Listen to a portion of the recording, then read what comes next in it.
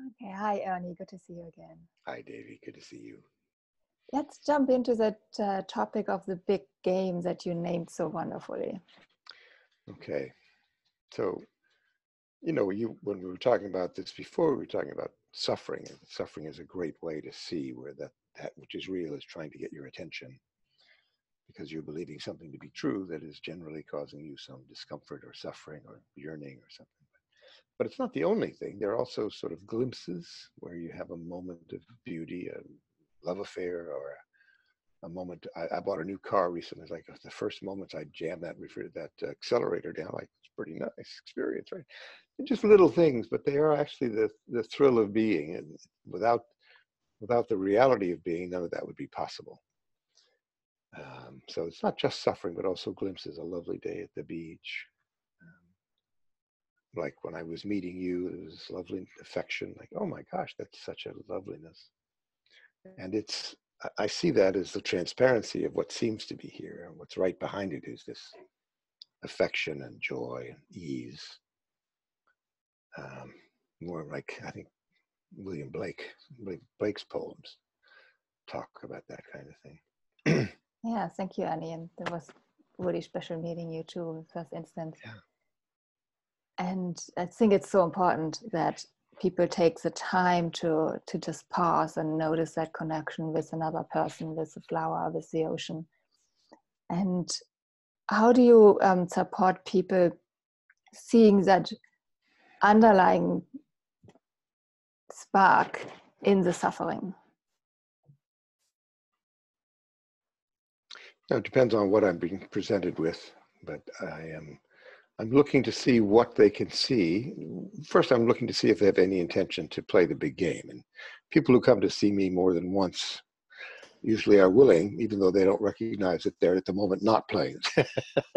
So if you can touch that willingness, then they are on board, even though they're still suffering. So the first thing is, can you take this larger view of what might be happening for you or to you, depending on your point of view, and then what is it you're believing to be true? What? Well, my wife shouldn't talk to me that way. Like, why shouldn't she talk to you that way? Is there a reason why she shouldn't? Oh, she actually did. You're kind of stuck with that, right?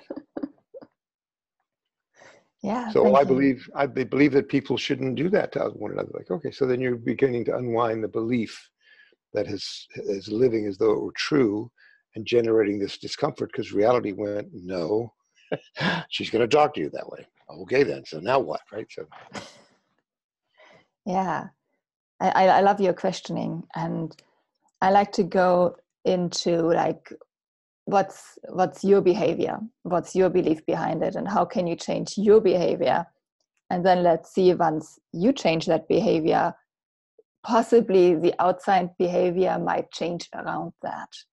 yeah. And I mean, I've seen it happen more than once, and it's quite a mystery and really amazing.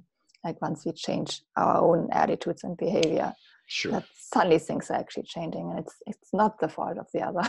Right. No.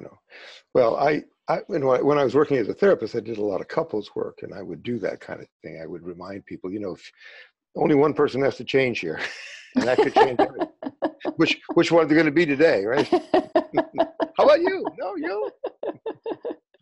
What a And lovely approach. yeah, and then it affects, of course, the dynamic between two people. And if you're holding something that is your belief and it isn't true, people shouldn't be like this, then it just blocks the opening between the two.